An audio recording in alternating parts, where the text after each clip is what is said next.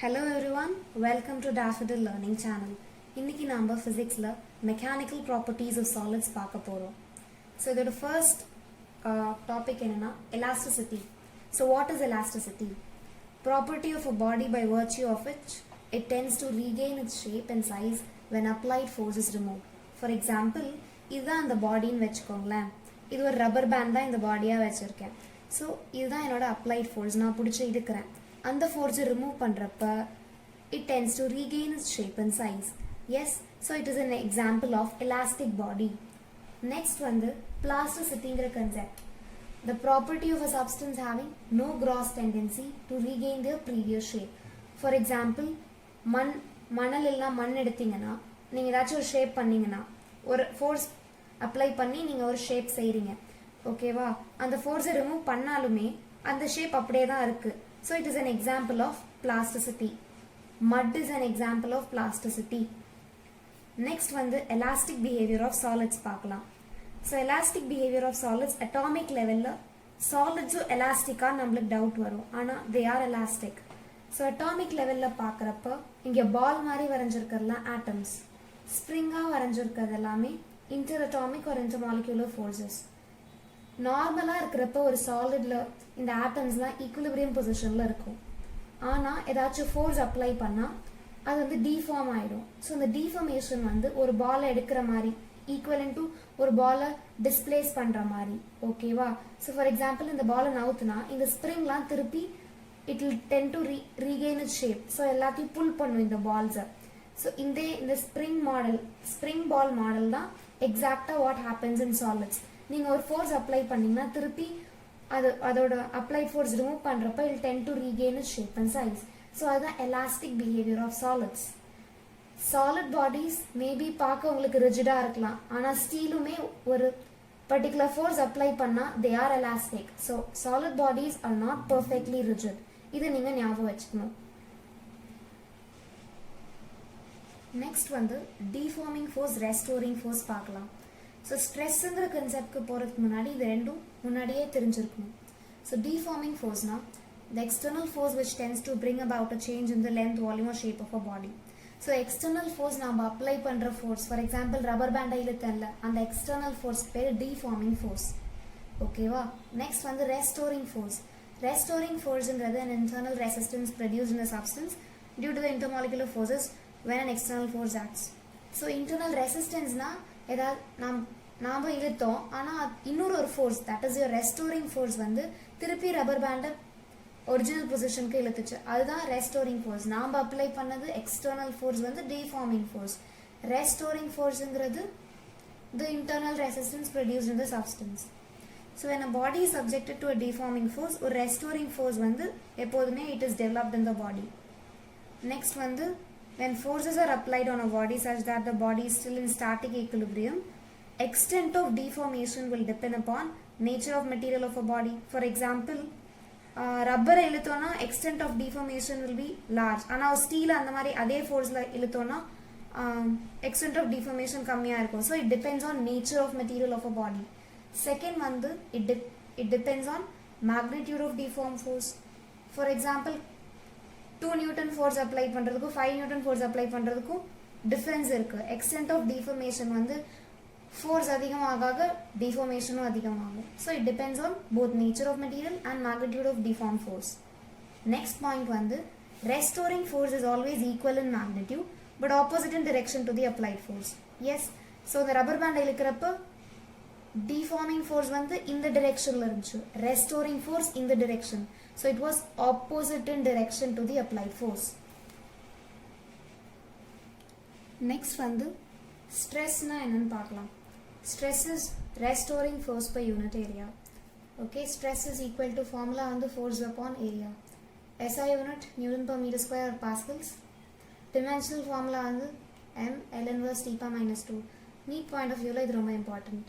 So இது எப்படி பண்ணலான்னா நியூட்டன் பர் மீட்டர் ஸ்கொயர், நியூட்டன்ங்கிறது ஃபோர்ஸோடது. ஓகே, ஸோ இது எப்படி டிரைவ் பண்ணலான்னா நியூட்டன்ங்கிறது ஃபோர்ஸுங்கிறது F is equal to MA.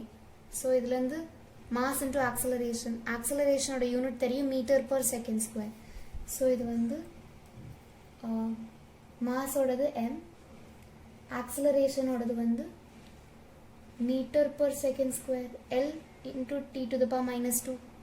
Okay, ml t power minus 2 வந்துருச்சு. ஃபோர்ஸோடது நியூட்டன் per meter squareங்கிறனால டிவைடட் பை L ஸ்கொயர்னு பண்ணலாம். ஏன்னா ஏரியாவோடது L ஸ்கொயர். ஓகே, ஸோ இதை கேன்சல் பண்ணோன்னா நம்மளுக்கு இது கிடச்சிடும் m L inverse t power minus 2. இப்படி தான் டிரைவ் பண்ணோம் எக்ஸாம்பிள். நெக்ஸ்ட் வந்து longitudinal stress. Longitudinal stress occurs only in solids.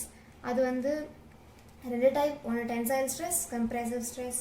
Tensile stress will result in increase in length. Compressive stress வந்து decreases in length, will result in decrease in length. Okay, second type of stress வந்து volume or bulk stress. So இது வந்து it occurs in solids, liquids or gases. Okay, so ஆனால் fluidsல வந்து only bulk stress can be found. fluidsங்கிறது liquids and gases, அதில் வந்து only bulk stress தான் இருக்கும். Okay, so bulk stress or volume stressனா அது என்ன, change in volume வந்து volume will change ஆனால் shape change ஆகாது. ஓகேவா, deforming force is applied normal to the surface. அதாவது force applied வந்து perpendicular to the surface இருக்கும். இது ரெண்டும் நீங்கள் ஞாபகம் வச்சுக்கணும். ஓகே, next வந்து shear stress. shear stressல stress is parallel to the surface of the body. for example ஒரு cubical block இருக்குன்னு வச்சுக்கலாம். ஸோ நீங்கள் வந்து இப்படி ஒரு ஃபோர்ஸ் அப்ளை பண்ணுறீங்க, அதாவது இந்த சர்ஃபேஸ், இந்த டாப் சர்ஃபேஸ்க்கு பேரலாக ஒரு ஃபோர்ஸ் அப்ளை பண்ணுறீங்க இப்படி. Okay, so parallel to the surface of the பாடினா பாடி கொஞ்சம் அந்த கியூப் வந்து கொஞ்சம் டிஃபார்ம் ஆகிடும், இந்த மாதிரி ஆகிடும். யா, இப்படி ஆகிடும். ஸோ இதுதான் shear stress. Shape of the body மாறுது. ஓகேவா, இது இப்படி இருந்துச்சு ஃபர்ஸ்ட் கியூபா, இப்போ வேறு மாதிரி ஆயிடுச்சு. ஓகே, ஆனால் வால்யூம் சேஞ்ச் ஆகலை. ஆனால் இங்கே வால்யூம் ஆர் பல்க் ஸ்ட்ரெஸ்ல change in volume without change in shape. For example ஒரு பாலை வந்து தண்ணிக்குள்ளே போட்டால் என்ன ஆகும்னா, ஒரு ஸ்ட்ரெஸ் வந்து ஒரு பல்க் ஸ்ட்ரெஸ் வால்யூம் ஸ்ட்ரெஸ் வந்து கம்ப்ரெஸ் பண்ணும். ஸோ அந்த பால் வந்து குட்டி ஆகிடும். ஓகேவா, due to pressure or stress. So வந்து ஷேப் சேஞ்ச் ஆகலை, ரவுண்ட் ஸ்பெரிக்கல் ஷேப் வந்து ஸ்பெரிக்கலாக தான் இருக்குது. ஆனால் வால்யூம் சேஞ்ச் ஆகுது. இங்கே நிறையா வால்யூம், இங்கே கம்மி வால்யூம், அவ்வளோதான்.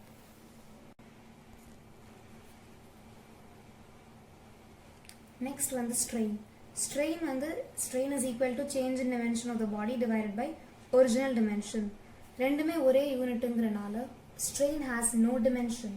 இது ரொம்ப இம்பார்ட்டன்ட், ஞாபகம் வச்சுக்கோங்க. ஸ்ட்ரெயின்லேயும் ஸ்ட்ரெஸ் மாதிரியே 3 டைப்ஸ் இருக்குது. The first one is longitudinal strain. Longitudinal strain is equal to delta L divided by L, where delta L is the change in the length divided by original length. For example, ஒரு object இப்படி இருக்குது.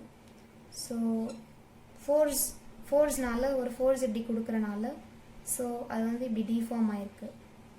Okay, so இது எல்னா இது L டேஷ்னு வச்சுக்கலாம். So change in லென்த்துங்கிறது எவ்வளோனா, இது original length, இது ஃபைனல் லென்த்.